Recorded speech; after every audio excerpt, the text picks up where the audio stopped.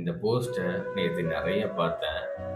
முன்னாள் முதலமைச்சர் ராஜினாமா செஞ்ச பிறகு திரும்பி வரும்போது அழுதாரு அப்படின்னு சொல்லிட்டு. ஏன் சார் வலிக்குதா?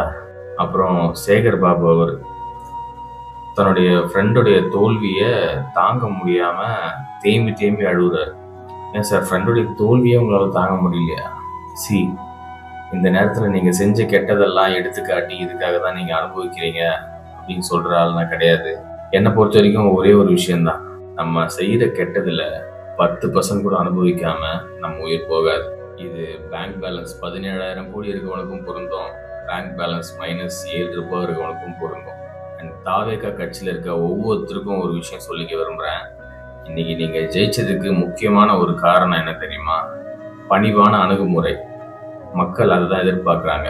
நம்மளோடு நம்மளை மாதிரி நிற்பாங்களா, நம்மளை அலட்சியம் பண்ணிட மாட்டாங்கல்ல அப்படின்ற ஒரு எதிர்பார்ப்புல தான் உங்களுக்கு ஓட்டு போட்டு ஜெயிக்க வச்சிருக்காங்க. இந்த 5 வருஷத்துல ஒரு நிமிஷம் கூட தலையில தலகணத்தை ஏற்றிடாதீங்க. இந்த ஆட்சி எல்லாருக்கும் பொற்காலமா இருக்கும்னு நம்பி காத்துட்டு இருக்காங்க. அந்த கடமையை கரெக்டாக செய்யுங்க.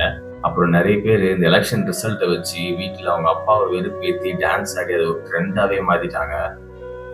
அந்த மாதிரிலாம் பண்ணாதீங்க. அவங்களுக்குலாம் ரீல்ஸ் பார்க்க தெரியாது. அவங்கள பொறுத்த வரைக்கும் அது ஒரு பெரிய கட்சி, அது ஜெயிக்கணுன்றது மட்டும்தான் அவங்க நம்பிக்கை.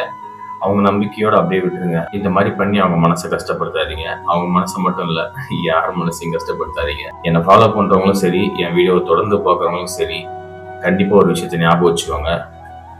பணிவான அணுகுமுறை பிரபஞ்சத்தின் துணையின் அடையாளம்.